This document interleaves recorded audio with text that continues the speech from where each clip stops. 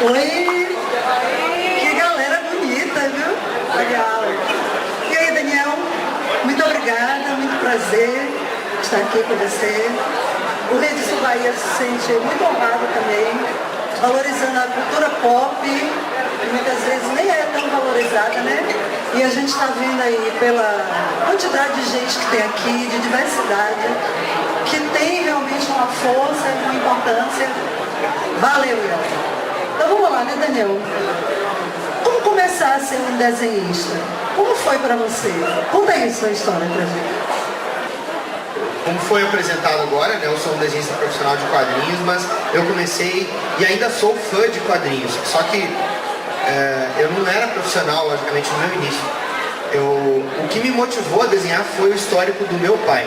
O meu pai, ele era desenhista eletrotécnico, fazia todos os planos de energia elétrica lá, da Companhia Estadual de Energia Elétrica, lá em Porto Alegre, Rio Grande do Sul, que é onde eu vivo e é onde eu nasci. E ele sempre quis ser um autor de quadrinhos, e ele nunca pôde, justamente porque o mercado de quadrinhos, quando ele começou a desenhar, era muito difícil de se entrar. Então ele fez um concurso público, virou um funcionário público, mas ele sempre continuou com a cultura de colecionar quadrinhos, acompanhar seriados e tudo mais. Tanto que ele era o meu amigão nas nerdices, né? Quando eu era molequezinho, a gente via seriados de tokusatsu. Eu tenho 40 anos, então não repare essas referências ficarem um pouco velhas. No caso Ultraman, Spectreman. Quando eu já era adolescente, eu também acompanhei Jaspion, acompanhei Changeman, essas coisas. Mas assim, o meu pai, ele trazia muito quadrinho para casa e eu via muito ele desenhar. O que aconteceu foi que ele veio a falecer de câncer no pulmão muito jovem. Ele morreu com 42 anos e eu tinha 6 anos. Né? E o que acontece? Eu fiquei sem esse meu parceiro de nerdice. Eu tive que fazer minha coleção sozinho, sabe? E procurar entender de desenho sozinho. Nesse ponto, a única pessoa que me deu real apoio foi a minha mãe.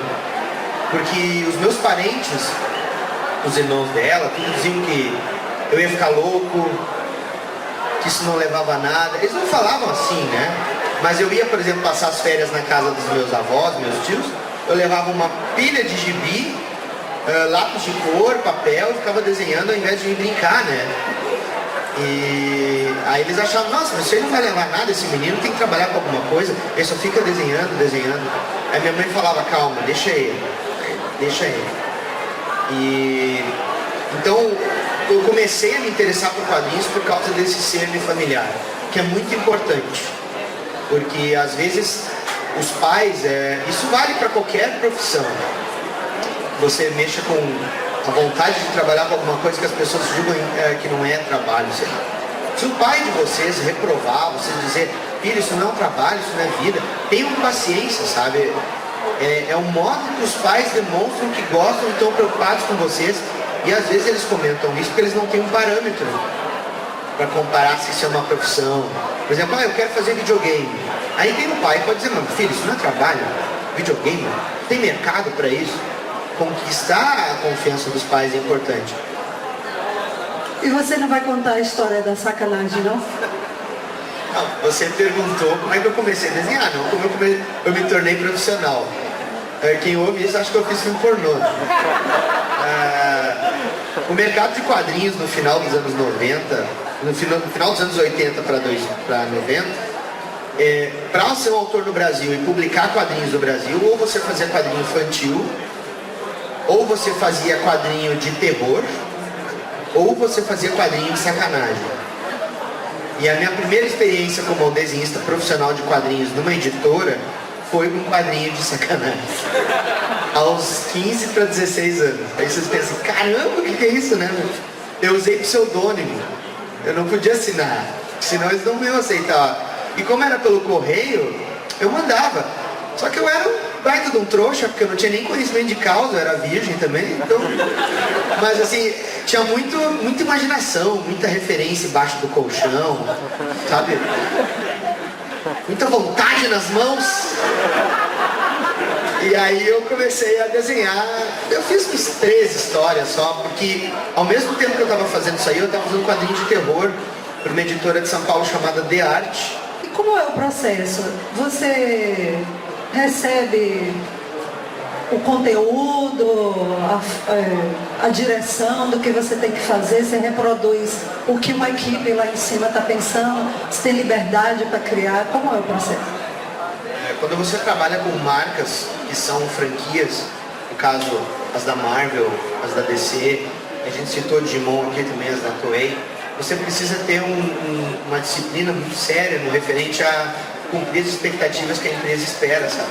Então, nesse caso, o que eu costumo fazer? Eu recebo um roteiro, eu traduzo. Se eu não tenho muito tempo, meu agente, né, meu representante legal lá nos Estados Unidos, ele providencia essa conversão de linguística. E aí eu tenho um prazo para cumprir, eu tenho que desenhar. Se os personagens têm um visual muito pré-estabelecido, são personagens que têm outras mídias sendo representadas por eles, eu tenho que muitas vezes seguir o visual, né? Mas muitas vezes determinados personagens dão uma liberdade artística para tu interpretar a maneira de fazer um postural dele, ou então como é que você representa o personagem em trajes civis. Então existe um pouco de liberdade, sim. Depende muito do projeto. Então às vezes eu sou chamado pelas editoras para fazer desenho e arte final, às vezes para fazer só o desenho, às vezes para fazer o desenho, a arte final e a cor. E aí você escaneia as páginas, manda em alta resolução para a editora lá vai fazer o letreiramento, a diagramação da revista, e é um processo, é uma máquina, como a gente diz, azeitada, sabe? Você precisa respeitar o prazo dos teus colegas, não é uma coisa egoísta que você faz e azar de quem vai fazer a diagramação, azar de quem... você tem, por exemplo, vou dar um exemplo rápido aqui. Eu recebo o roteiro, faço os rascunhos das páginas. Com esse rascunho das páginas eu mando para o editor. O editor vai aprovar, né? Olha, os enquadramentos estão legais, pode seguir na finalização da página. Esse rascunho, ele serve de base para o diagramador começar a fazer os balões. E aí ele joga, né, no software para fazer os balões. E aí ele começa a ajustar, né, a flecha do balão, quem vai falar determinada coisa, etc e tal. Quando eu mando a página finalizada, às vezes podem ter alterações, né, da dimensão das figuras. Eles fazem uma segunda observação, um segundo ajuste. Se eu atrasar as minhas páginas que eu tenho que desenhar e arte finalizar, a pessoa que vai botar a cor vai estar tendo uma tarefa inumana, que ela vai receber as páginas e vai ter que pintar uma gibi de 20 páginas em uma semana. Aí você pensa assim, tá, mas quanto tempo leva para fazer uma revista? Para o artista, para o desenhista, ele precisa produzir pelo menos uma página por dia. Essa uma página por dia, se você somar um gibi de 20 páginas, são 20 dias de trabalho. Às vezes tem páginas que demoram um pouco mais ou um pouco menos pelo nível de detalhes, cenários, postural dos personagens e tudo mais. Mas no geral, um profissional costuma trabalhar com uma página por dia. E se você ficar muito melindroso e ficar empurrando com a barriga, esse cronograma de uma página por dia vai prejudicar o colorista, vai prejudicar o letrista, o letreirista vai prejudicar o diagramador final e prejudica o editor. E como o quadrinho pode contribuir para a educação, conscientização, transferência de valores entre gerações? Quantos aqui já leram Turma da Mônica? Quantos aqui continuam lendo quadrinhos? Seja mangá, comics? Claro, nós estamos num evento de nicho, né? Mas eu digo assim, pensem o seguinte, vocês devem ter amigos, vamos ao termo que os amigos meus de podcast falam, amigos civis, que falam assim, eu lia quadrinhos sim quando eu era criança, mas por que não lê mais? Sabe? Porque você tem quadrinhos de vários gêneros, você tem quadrinhos adultos, quadrinhos de terror, de ficção. O Maurício de Souza percebeu isso, adaptando a Turma da Mônica, convidando autores para fazer as graphic novels, né, as graphic MSP. Ele percebeu que ele estava perdendo o público no momento que o pessoal largava a rotina de leitura. Saíram números agora, não lembro qual foi o site de jornalismo, não sei se foi a Folha, números de venda a Turma da Mônica bate em vendas os quadrinhos da Disney em banca. E aí, de repente, sai uma pesquisa dizendo que os brasileiros não leram nenhum livro em 2014, né? Quer dizer, eles não consideraram livros digitais, eles não consideraram quadrinhos. Aí você pensa assim, cara, como assim? Quadrinhos é visto como subliteratura por muitos? É visto como subliteratura. Mas isso é um problema, sabe? Porque na verdade um quadrinho é melhor que literatura. Aí tu pensa, mas isso é muito polêmico. Pensem comigo, no momento que tu tem uma mídia, que pode ser digital ou física, tudo bem, livro também é, que você cria o senso de espaço, ritmo, e do único recursos de literatura para criar os personagens e a trama, de artes plásticas, de artes em geral, de narrativa cinematográfica, ou seja, fotografia, né, para fazer a escolha dos ângulos e tudo mais, design gráfico para trabalhar o uso de cores, tipologia, né? Tu tem um dos meios de comunicações, um dos meios de comunicação mais fortes na tua mão, e é um custo de produção muito inferior a, por exemplo, né, tu pegar e fazer uma animação.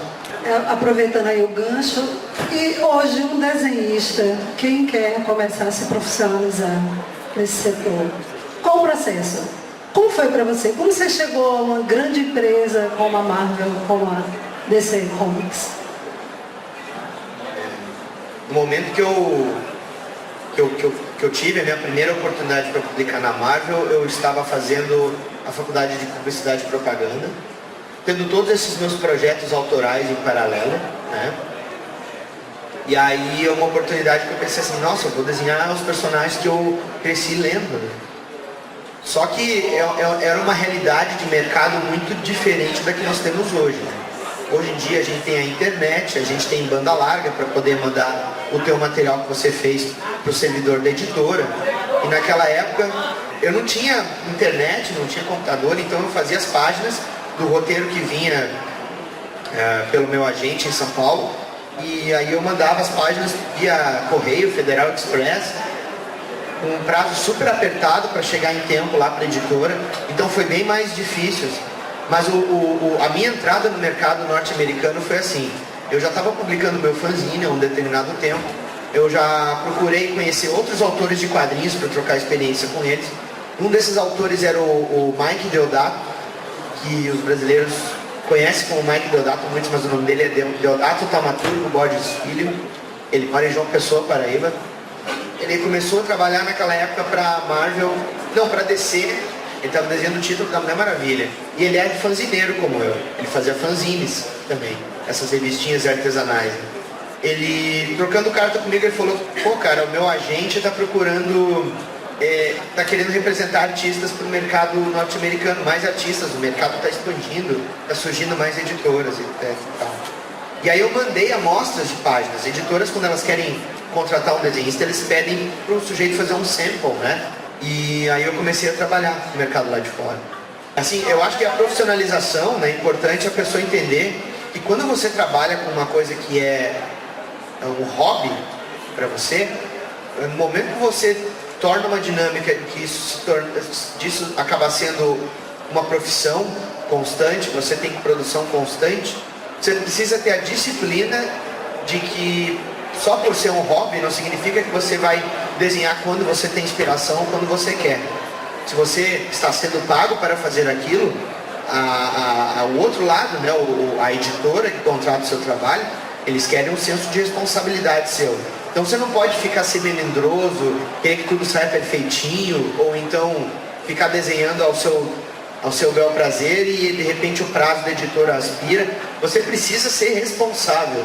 E é uma coisa que às vezes, eu diria que é um divisor de águas entre o sujeito ser somente um entusiasta, um fã de alguma coisa, e realmente se tornar um profissional. Ok, Daniel. Muito obrigada. Por que é tão difícil um personagem brasileiro engajar no mercado? Você acha que tem uma desconfiança do público brasileiro? Tipo, por exemplo, o cara inventa lá Capitão Brasil e não faz aquele sucesso. É só uma pergunta que você já tem experiência nessa área, então tirar essa minha dúvida. Obrigado. O sistema de distribuição no Brasil é uma máfia. Você tem o dono da distribuidora é dono das 2 maiores distribuidoras do país. E aí as editoras ficam de mãos atadas, eles não podem, às vezes, contornar problemas de transporte, de armazenamento de material. A gente tem um outro aspecto também aqui que é bem interessante. O mercado de leitura de quadrinhos, ele está tendo uma migração para as livrarias, para as lojas especializadas. A banca de rua, aquela que vende o gibi, se você for olhar lá, a prateleira de quadrinhos já está ficando cada vez menor. As editoras que vão investir em banca, elas ficam sujeitas a essas normativas de distribuição muito ruins. E se você é um editor de fundo de quintal, se você é um editor que tem o seu Capitão Brasil, como tu falou, e aí tu vai fazer, sei lá, 1000 exemplares, tu não pode fazer 10 mil, o teu gibi vai ficar muito caro. E esse teu gibi não vai chegar na mão de todo mundo. Porque de cada 10 bancas, uma talvez tenha 2 cópias dele. E isso, eu acho que resume uma questão muito simples. Não é um gênero. Ah, super-herói no Brasil não dá certo. Terror no Brasil não dá certo.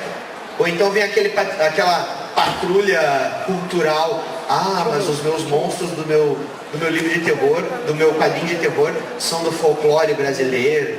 Porque o meu capitão, o meu personagem, ele foi criado por índios e aí... Ai, que balela, velho. Sabe assim... Azar se o cara foi picado por uma tapioca radioativa, se o cara ganhou superpoder porque veio do espaço e na verdade ele veio de outro estado. Não interessa, sabe? Boas histórias não interessa se tu tem todo um background cultural, tudo. Pode ficar bonito para os acadêmicos, para os sabe, né?